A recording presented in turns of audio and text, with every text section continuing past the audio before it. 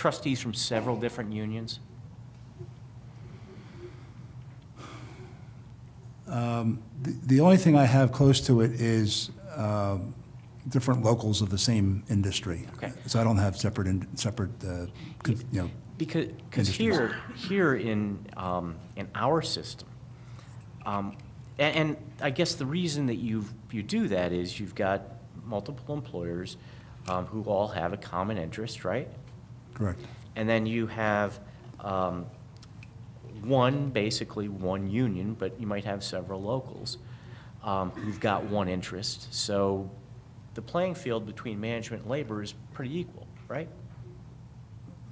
I think it's designed that way, yes. Yeah.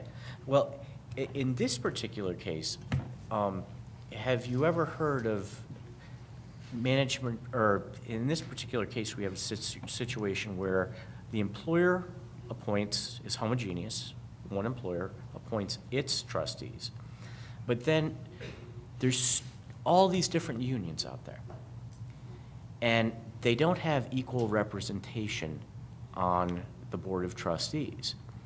So that if, for instance, there was some type of collusion between the employer and somebody with I'm going to object to that right X away. number. That is, unless you're going to put evidence on that, I want that withdrawn. I'm not withdrawing anything. Right. And you can't object to me saying that anything. is He can shut me up. Despicable. I'm an arbitrator. Mr. Chairman, that's despicable. I don't know if we have a question for the witness here. I know you're trying to make a point. No, the question But is, let's are get you to the familiar witness. with any plans in which there is this opportunity for collusion? Explain to the witness, if he doesn't know, how PBTF is. Let's say Well- what we're saying here. AFSCME has more appointments to the union trustee side. PSCOA only has one appointment. So what Sean is saying is it's weighted toward, the union trustee side is weighted toward the AFSCME unions. Well, what can Now you can ask the what can happen is that, and the reason I'm asking this question is I'm just trying to understand your experience. What can happen theoretically is that we have a situation where one union and one employer can control all the other unions, or what happens with all the other unions. Do you have have you ever seen anything like that before in your life? You know, actually, I've seen it almost on the reverse, whereby the union side of the table speaks with one voice, and the employer side sometimes have a lot of differences of opinions. And so I've seen it almost the other way around, where one employer might defect, if you will, and vote with the union on a certain issue, as opposed to the other way around. What you posit, I think, is the opposite, but it comes about because of the homogeneous nature. For what it's worth, I've seen that addressed by block voting, whereby you have to get, the union has one vote, the management has one vote. Thank you. That's all I have. I have nothing further. Thank you very much, sir. Thank you. We are going to take a short break, just so everyone in the room understands. We're not going to take a lunch break today. We're going to proceed with the union's presentation, but we're going to take a short 5-minute break, come back here, and the union will finish up its presentation. All right? Thank you.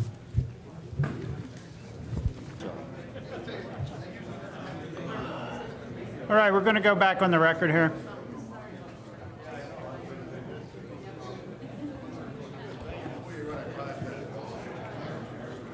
Todd, when you're ready. Sure. I noticed Mr. Pinto's not back. Yeah.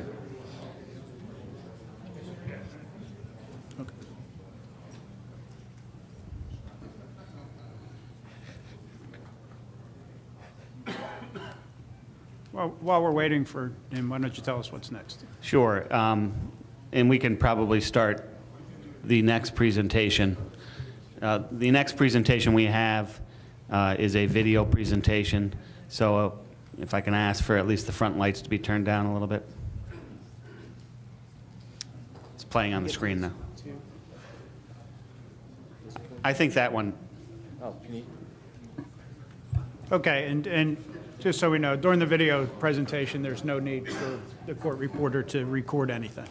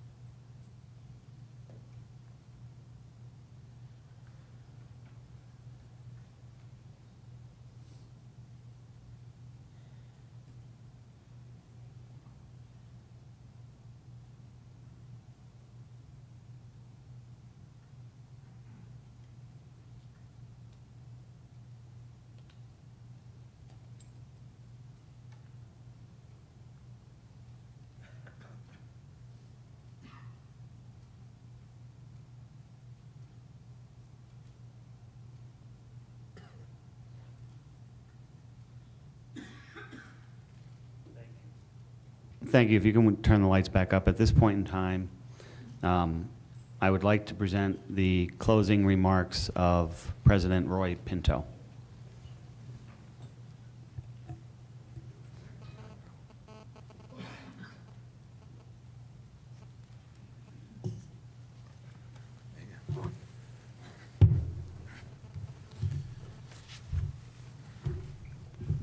I want to start off the closing by thanking the panel, thanking the members who are here to tell the story with great difficulty, and my membership that took part in the survey. They helped us core down, or get down to the core issues of the H-1 membership and what they need this panel to address. This arbitration was first and foremost about the people who perform and serve this Commonwealth as corrections officers. The profession, which is like no other, and what they are about and how they've been treated. We started out by showing you this profession and the very special needs it requires to do this profession. With those needs comes special needs for them. They are a group who has sacrificed over the last 7 years because of a very simple mistake. They rarely require anybody's help. That was evident by the staffing levels in the beginning. They work in an environment with 3 and 5% staffing, with the worst the Commonwealth has to offer.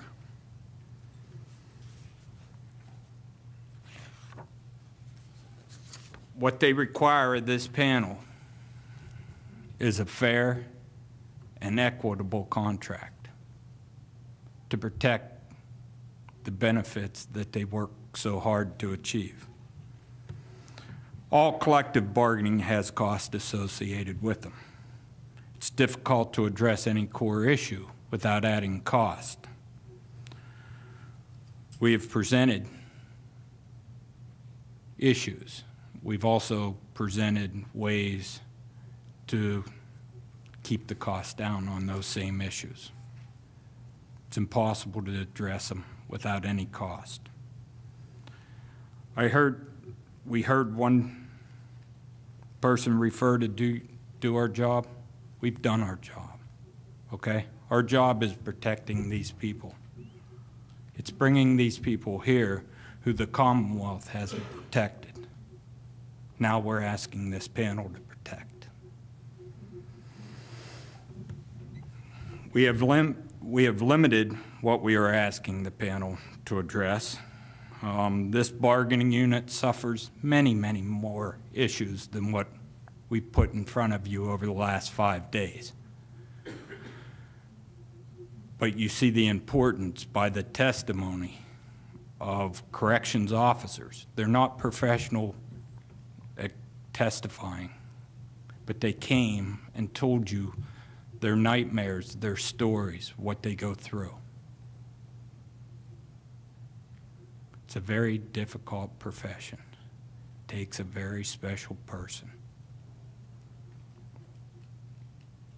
They should get paid an equitable wage.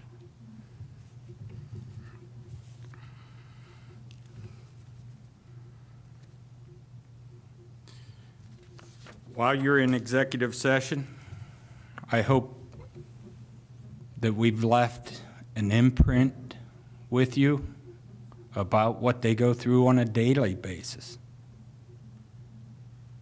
Because the people we've presented are not strictly the only ones in that condition. We got thousands more out there. We just can't bring them all here, or we'd never get done with the presentation. The place has changed, the story's the same. As for our wages, there's always a crisis in the Commonwealth of Pennsylvania when it comes to wages. When there is a crisis such as we face, you invest more wisely and limit the waste. We all know there's a lot of waste in the Commonwealth, and they always continue to spend. Many political people just received much larger raises than we are asking for, all the while already making a lot more than the people sitting behind me.